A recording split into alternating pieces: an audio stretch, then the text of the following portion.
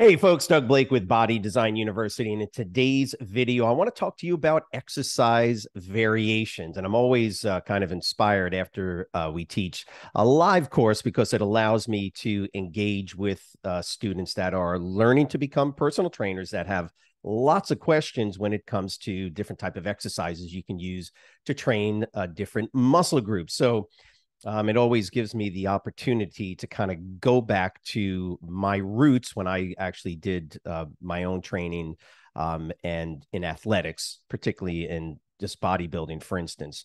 But it allows me to talk to students about, in particular, the different type of variations, variety of ways to do exercises without, now listen, this is really important, without having to use a different exercise. Okay, so let me help you out with this a little bit. I'm just going to take one muscle group just to use as an example. So let's just say you're training your biceps. It could be your quads, whatever, hamstrings or pecs, but let's just look at your biceps for a second. So if you're training your biceps, and this is why it's always interesting because I know that individuals that are getting ready or prepared to become a certified trainer, they probably already work out, or at least you would hope they work out. That's normally my assumption.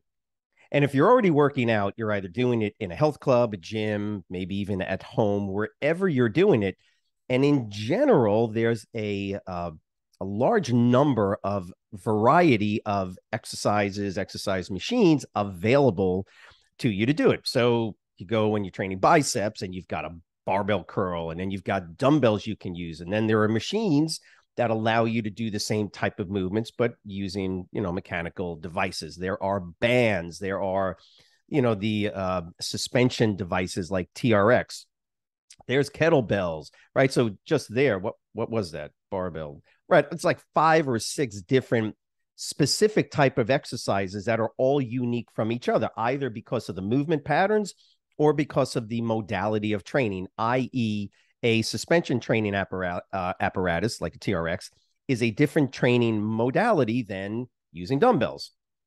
Absolutely nothing wrong with any of that. But here's what I want to help you with, because again, for the most part, what we normally see are individuals trying to look for multiple modalities, different ways of doing things for whatever reason, because they think their clients are going to be bored, or you yourself get bored while you're training people or for your own workout. It's a huge mistake in most cases, particularly with larger muscle groups like the pecs and the lats, where you have multiple planes of motion to train it. With the bicep, it's really pretty straightforward. You're curling. I mean, how many different types of curls are there? Well, there's 3 main type of curls, right? And that's due to the positioning of the wrist, right? So fully supinated, right? Palms facing up, right? In a hammer position, or neutrally, what we call neutrally pronated position, or fully pronated, right? So reverse curls, as you may have heard them. So there's 3 main positional variations, just as a for instance, in training your biceps, just based on wrist position. You get it? Fully pronated, neutrally pronated, and fully supinated. So dumbbell curls this way, hammer curls this way, and then maybe even reverse curls with a bar. And so even just in that muscle group that you're training, using one modality, using just dumbbells, you got 3 different type of exercises. You wouldn't even have to go and use a barbell curl for the most part to make 3 basic variations. There's nothing wrong with a barbell curl. But what I want to help you in this video to understand is that you don't need to do 5 different type of exercises throughout the days, weeks, months that you're training your clients just to get good results. Okay, so this is why I'm using the bicep as a great example. Now, that's just 3 variations. So on one bicep training day, I could do supinated curls. Now, I could do supinated, neutral, and reverse all as sort of like a giant set, right? Multiple sets performed one right after the other. I could do that. Nothing wrong with that either. What I could also do is just pick a barbell curl.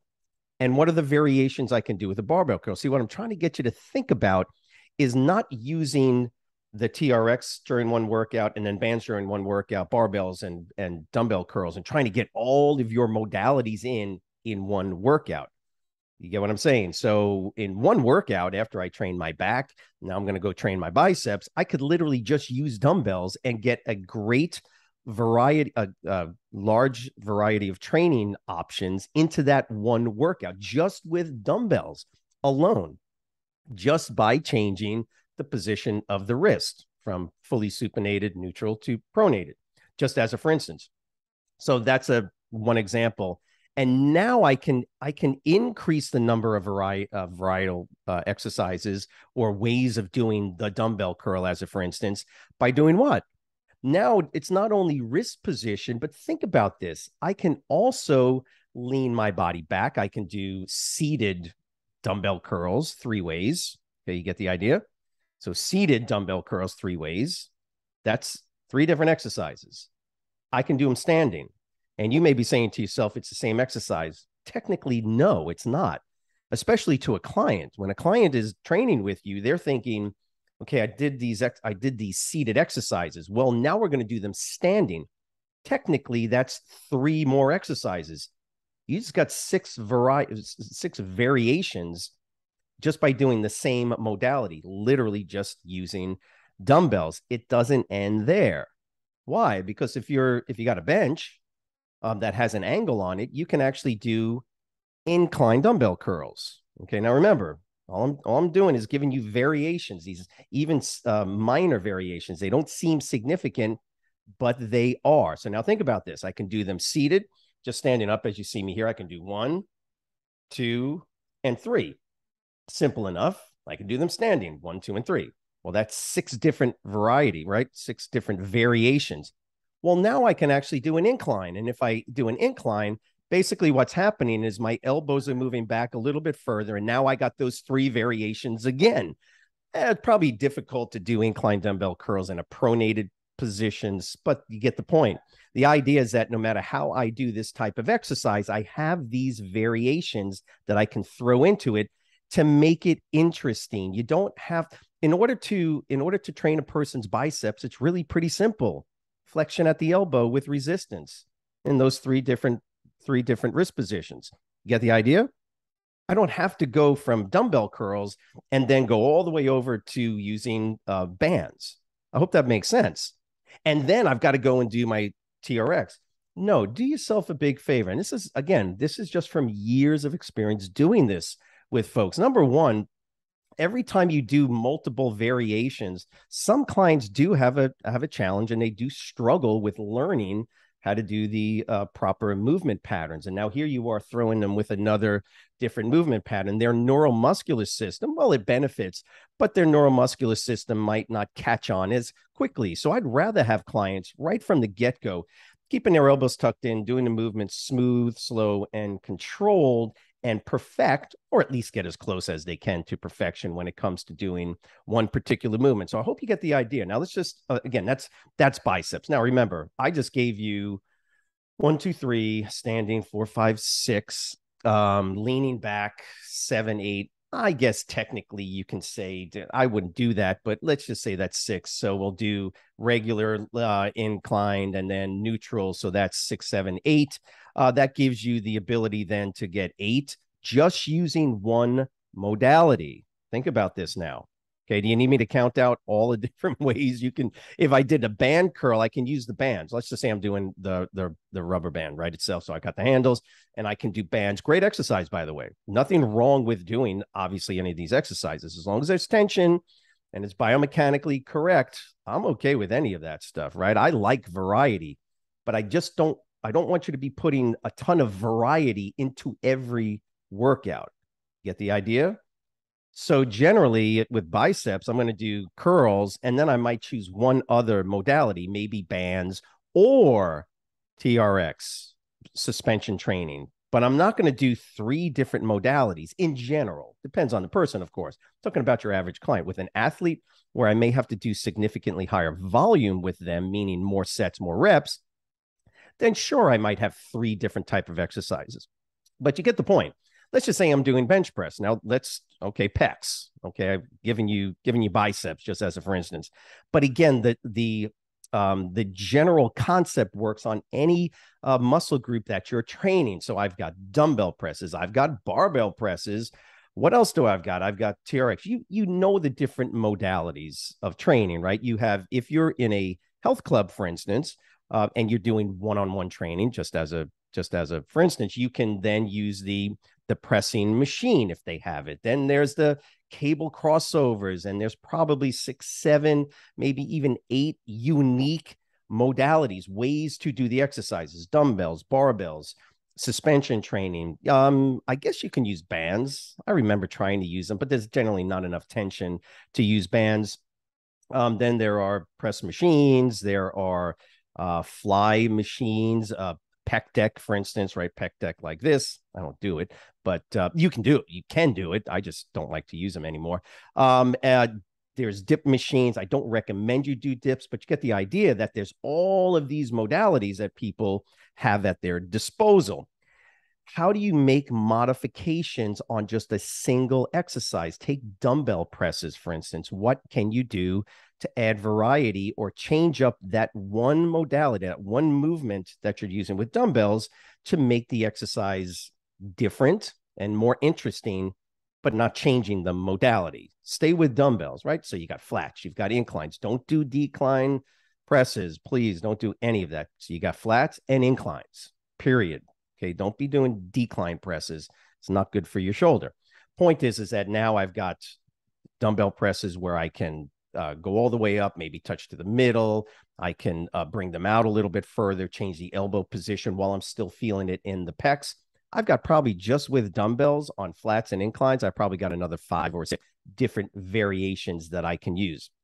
Again, I can go obviously on and on with this. The point is that what I want you to keep in mind from this particular video is don't be so quick.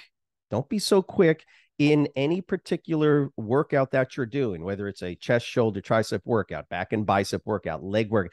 Don't be so quick just to add more and more different types of exercises into your workout to create interest, or thinking that you're doing something more for that particular muscle. I'll be honest with you. You do 10, 15 sets of just squats over a 20-minute period. I'm not saying to do that. I'm just giving you an example. You're going to beat up your quads and your glutes and your hams more than if you were to do squats and then do leg extensions and then maybe leg presses, just as a, for instance. You get the idea. Variety can come and work within the exercise itself, but you can make positional changes. You can change the speed of contraction. I probably got 100 different ways I can do chest press, right? Just because of changing some of the acute variables that we called. I can change the speed at which I go down to the bottom position. I can pause in the bottom. And on that topic, remember, if I pause for 3 seconds at the bottom versus not pausing 3 seconds, I know it's a bench press, but I've changed the exercise. Why? Because I changed the way the intensity and the tension pattern is going to build in my pecs, simply because I changed the speed at which I do the repetition. Multiple ways to do these variations. My suggestion and my tip here in this video is to get you to think fewer total exercises, but more variety in the particular exercises that you're doing.